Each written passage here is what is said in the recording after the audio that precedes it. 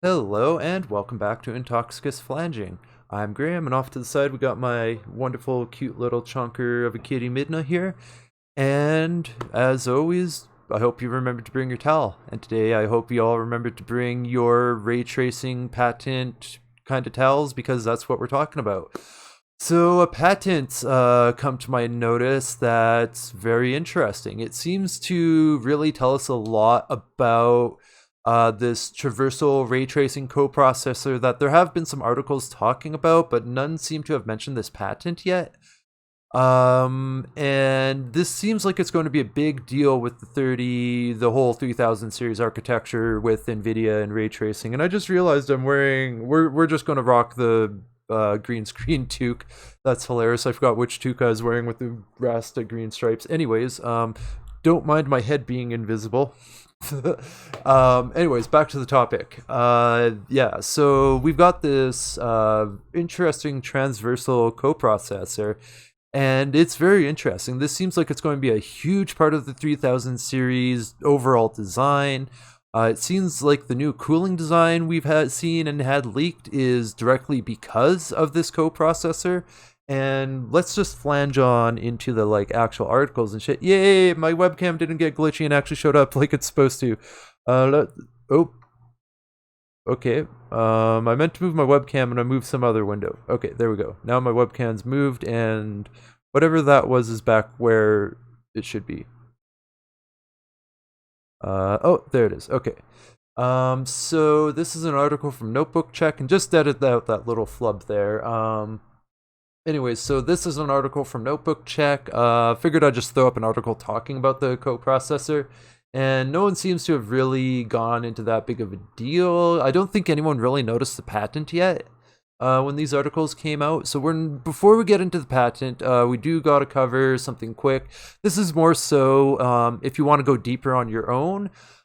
These links to the Wikipedia articles will be in the description as part of the sources. So it's like, part of what's going on is this traversal coprocessor. It's tree traversal, and this is, the tree data structure and programming. We're not going to go deep into it. It's kind of like a computer version of the standard decision tree. There's lots of joke memes that have various hilarious decision tree kind of deals. So it's same kind of idea, but it's a different thing in programming.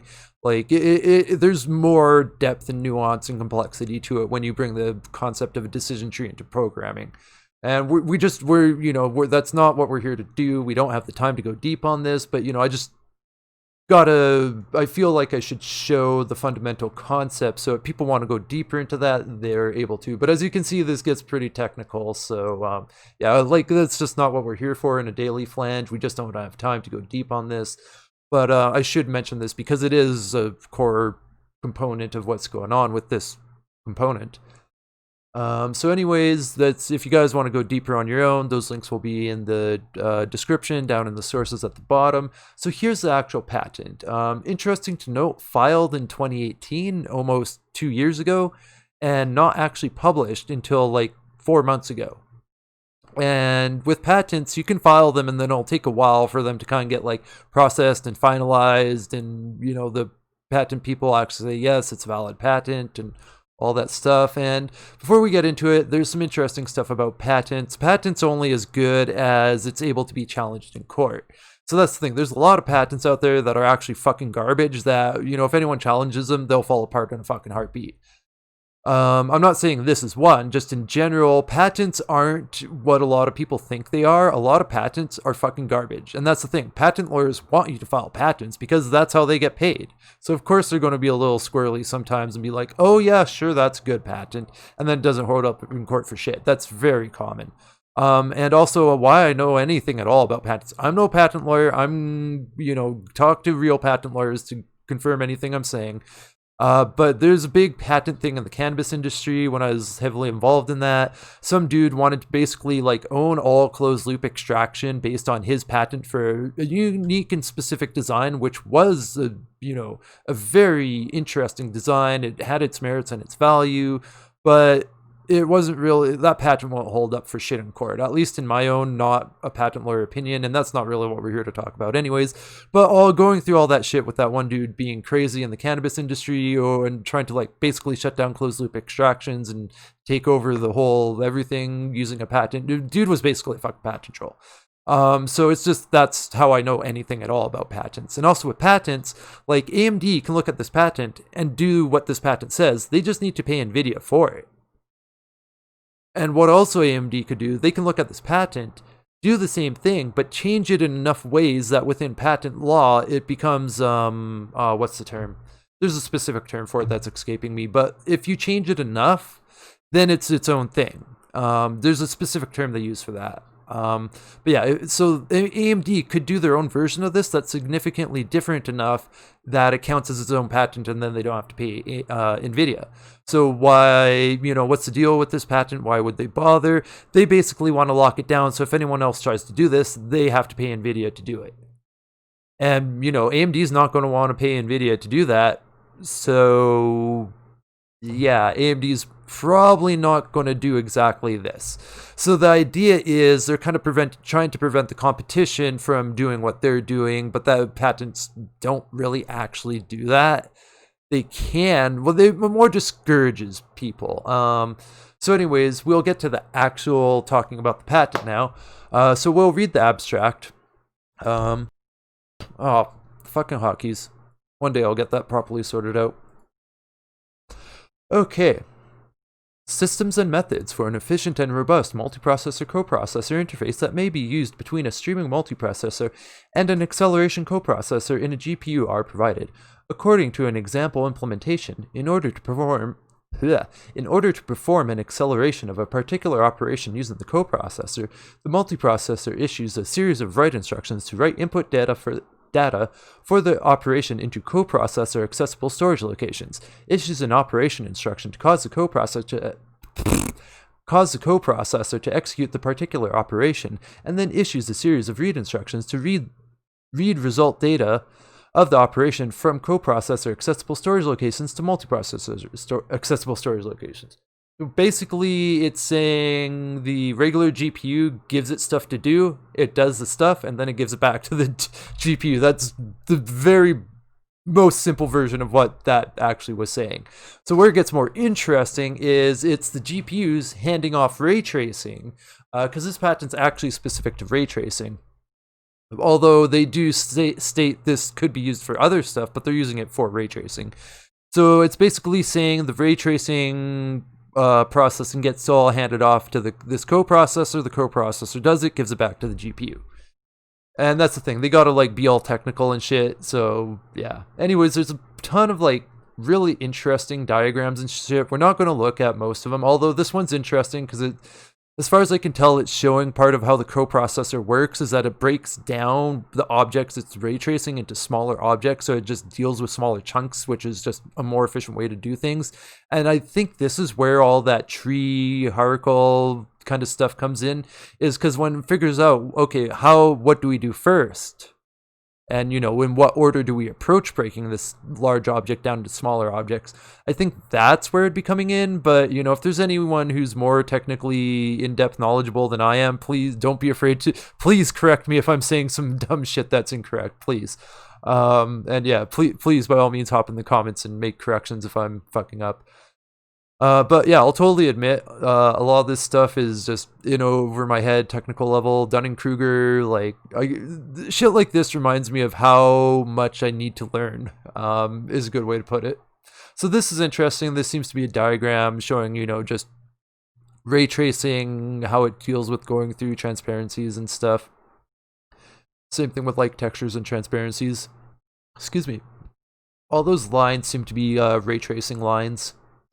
Like some of these diagrams just like go over my head. We're just going to gloss through them quick. There's the real interesting thing. Like there are some interesting diagrams. I just can't really interpret them very accurately for you guys. So some cool stuff here. That's just I need to do more learning before fully understanding it. This is interesting.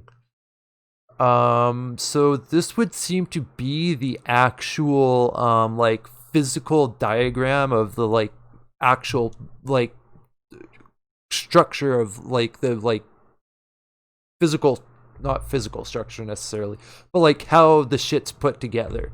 So like, you know, you got these things, then you've got like, so these are like your, obviously your tensor cores. So you got like all your bits, your shared cache, your specific cache, your register, all that kind of stuff. So that's the like actual architecture. That's the word I was looking for. That's the actual architecture of the coprocessor, which, you know, that doesn't mean much to people who aren't technically minded. Like, I don't know what FP64 is and what FP32 is. I probably should. But yeah, I'm not going to fucking bullshit. If I don't know, I'll admit I don't know and then go research it later. But you know, we're not going that deep. Anyways, I was just rambling to fill time to get to this part. So this is interesting when they actually like do the like written breakdown of how things work. So they start with talking about like how light and vision actually works in real life, which is just, it's kind of cool to like just think about. Like, you know, I've already run across this kind of education in school and shit, but it's like to be reminded of it and be like, oh yeah, we don't actually see objects. Like, you know, I'm not actually looking at the camera I just tapped. I'm looking at the light that reflects off the camera and comes back to my eye. And that's the trippy thing we got to realize about like everything we see. We're not actually seeing the thing, we're seeing light coming from the thing. And it's just, especially if you smoke a lot of fucking weed, that's like a really trippy thing to think about.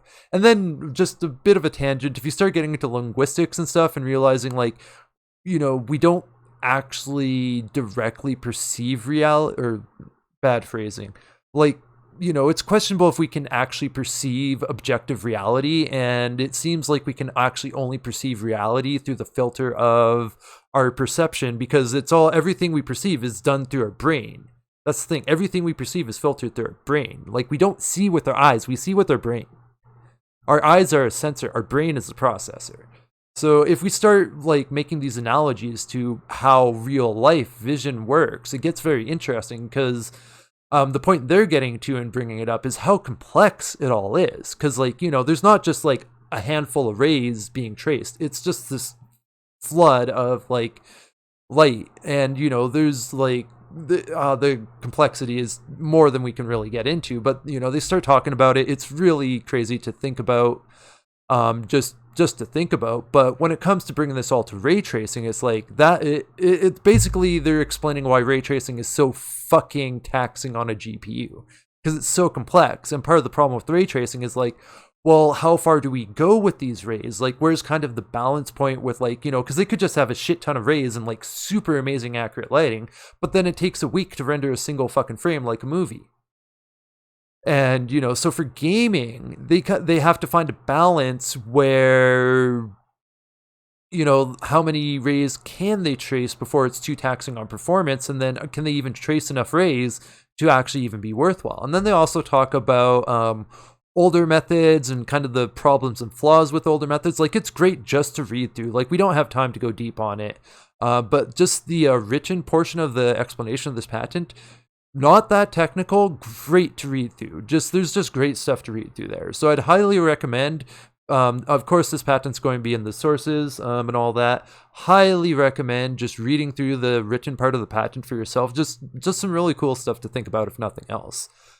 So yeah, they really break down, you know, though basically the whole deal with ray tracing here, more or less. Like, you know, it's a lot. I didn't really read the whole thing because, you know, time limits and shit.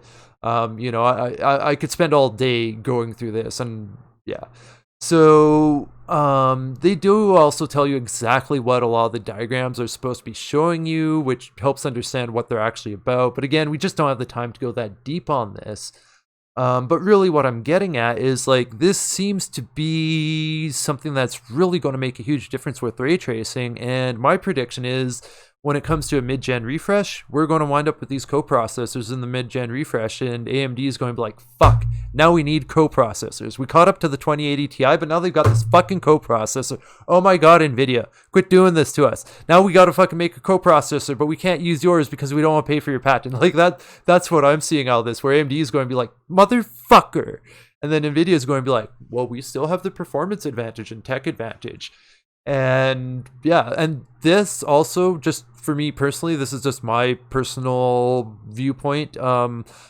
This kind of tech is why I stick with Nvidia, because they innovate this shit. And yeah, Nvidia flanges up, they catch up, they do their own versions, etc. But Nvidia innovates this stuff. They innovated physics. They've innovated other things I'm just derping on. They innovated ray tracing. Like, they've been the first to do so many of these things, and AMD catches up and just does like a not as good version. And that's why I stick with Nvidia, because as much as Nvidia can do some fucking annoying, shitty, and at times straight up unethical things, although a lot of companies are like that these days, it's their technology being on the forefront that really keeps me flanging Nvidia. And yeah, it gets interesting because just thinking about too with this coprocessors, it becomes an interesting balancing acting. Kind of think of SLI. It's maybe not the best comparison with SLI, but maybe it is too. Kind of a bit of both. Not good, but good. Because with SLI, it came up with this try that again. With SLI, a problem came up where talking between the two cards gets a little bit tricky and the alternate frame rendering. So their solution was just have the cards take turn rendering frames, but then coordinating that can result in some like frame pacing mediocreness and stuff like that. So there's a drawback, and you don't really get double performance from it. So it's going to be interesting to see how well this actually works out. And yeah, time-wise, I should be wrapping up. I want to keep these videos 20-25 minutes at the most. So yeah, there's not too much more I have to say about it because I just don't have the technical knowledge to really go deep on breaking this down or anything. And I'm not going to fucking jerk you guys around. I'm not going to pretend I know shit I don't.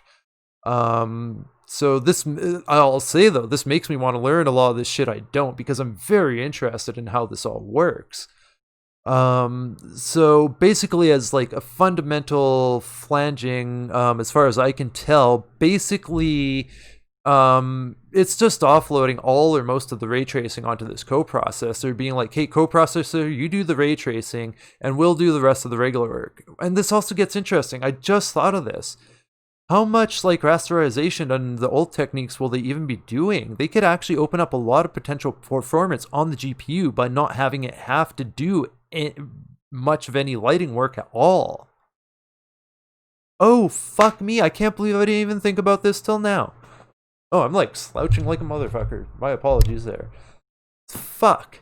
So yeah, I can't believe I didn't think of this before. So if all, like, because if the lighting's now handled by ray tracing, I'm sure they'll still be using some older techniques. Like, I don't see them going all ray tracing yet. It's probably going to be a mix of techniques. And, just some things are ray traced and then some things are still using legacy techniques. But let's say 75%, just pulling a random number out of my butt. Let's say 75% of all lighting processing is now done by this coprocessor. Now think about how much free processing is opened up on the GPU. Now the GPU can kick more ass at just regular processing. Wow, if my thoughts here, and this is speculative, if my speculative thoughts here are correct, wow. Damn. So yeah, I had intended to like play some ray tracing demos while we were watching, but or while I was rambling, but yeah, I'll just do one now while we're finishing up. Yeah. So that really got me thinking. This Port Royal ray tracing demo is really cool, by the way. Runs not too bad on my 2070 Super. Not that great, but not too bad. Looks amazing. And like ray tracing in Control, I just wish it had better frame rates. Ray tracing in Call of Duty Modern Warfare, I'm surprised no one talks about like how not bad it is for how good it looks. Like I'm almost willing to play multiplayer with ray tracing on. It brings the frame rate down too much in multiplayer. But for single player, fuck ray tracing on, no questions asked. But like look at that reflection on it. Like but then okay, so while we got this video playing before we wrap up, let's take a moment to think about like what's going on, because for all those reflections, it has to trace the rays and then render the reflection. Like you know, you really start thinking about all the work that's required for ray tracing. It's just like, it's fucking mind-boggling. And yeah, but yeah, we should wrap it up. I don't really have too much to say on the topic. Yeah, I'm very, very excited for, you know, I was already excited. That's what is going on with my hotkeys. Seriously, that's very odd, because the hotkeys should be working while I don't, you know, while I have other windows high in focus. So and it didn't used to have this problem. Anyways, I'll figure that out eventually, but that's driving me nuts. It never used to do that.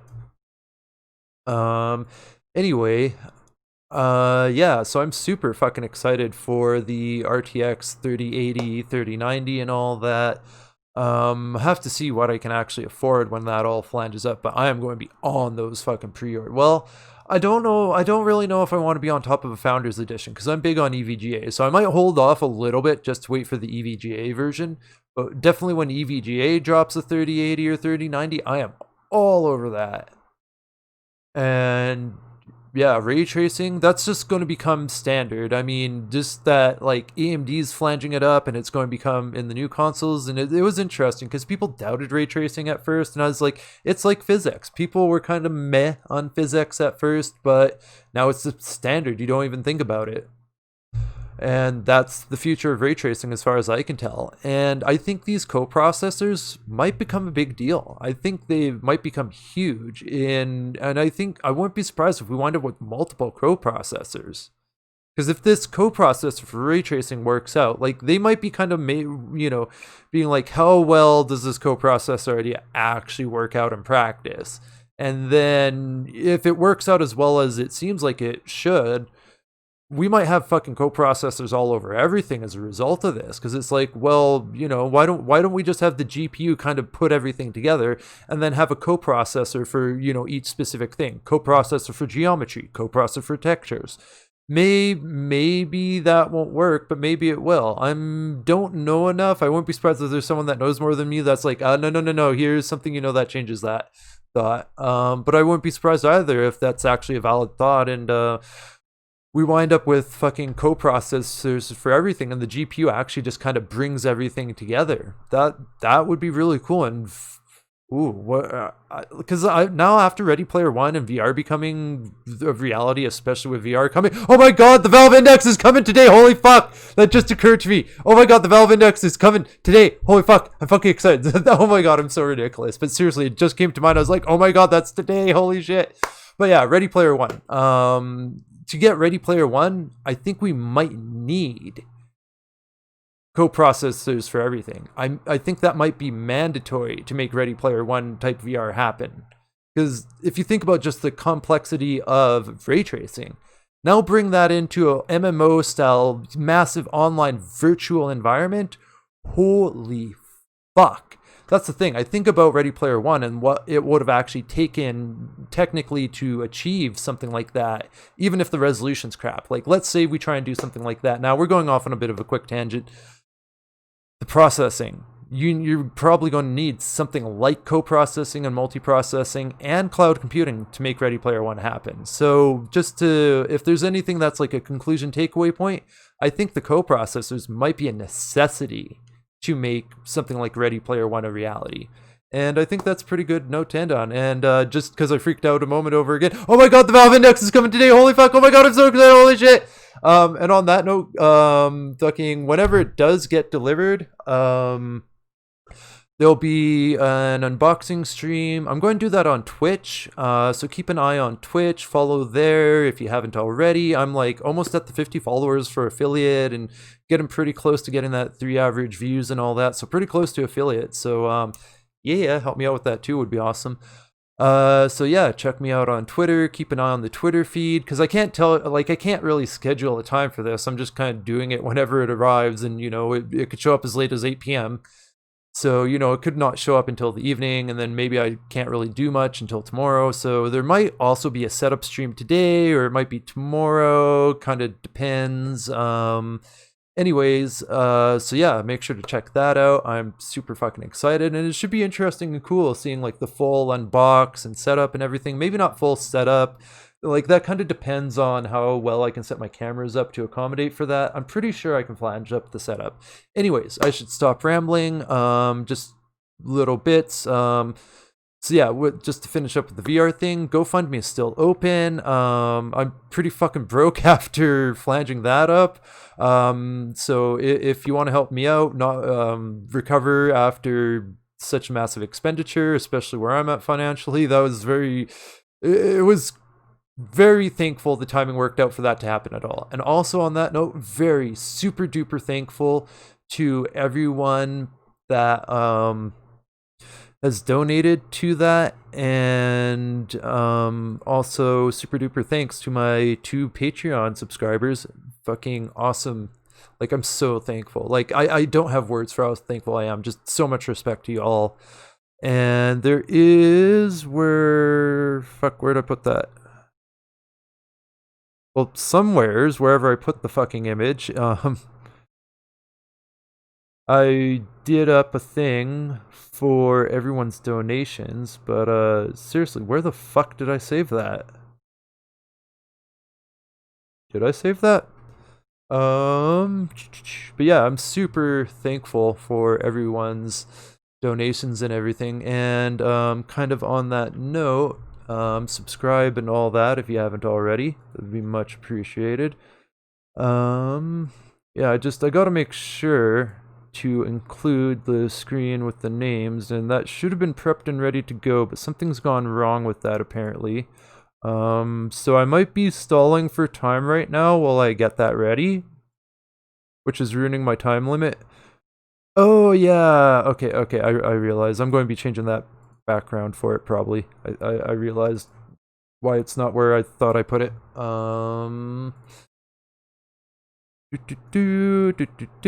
Stalling.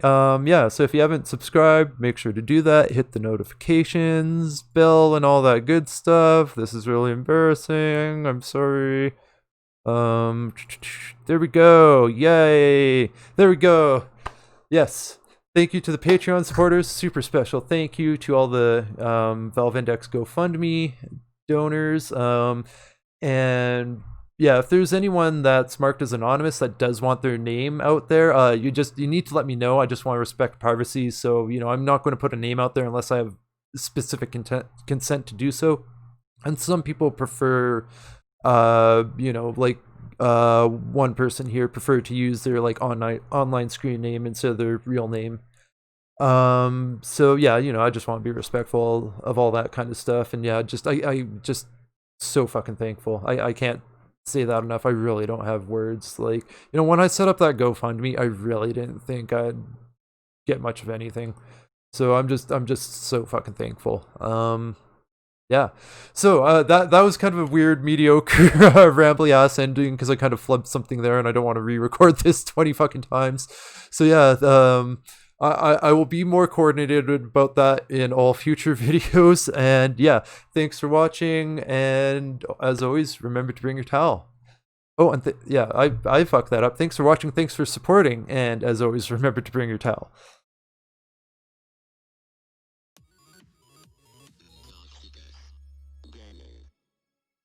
Yay, I actually got the outro music right.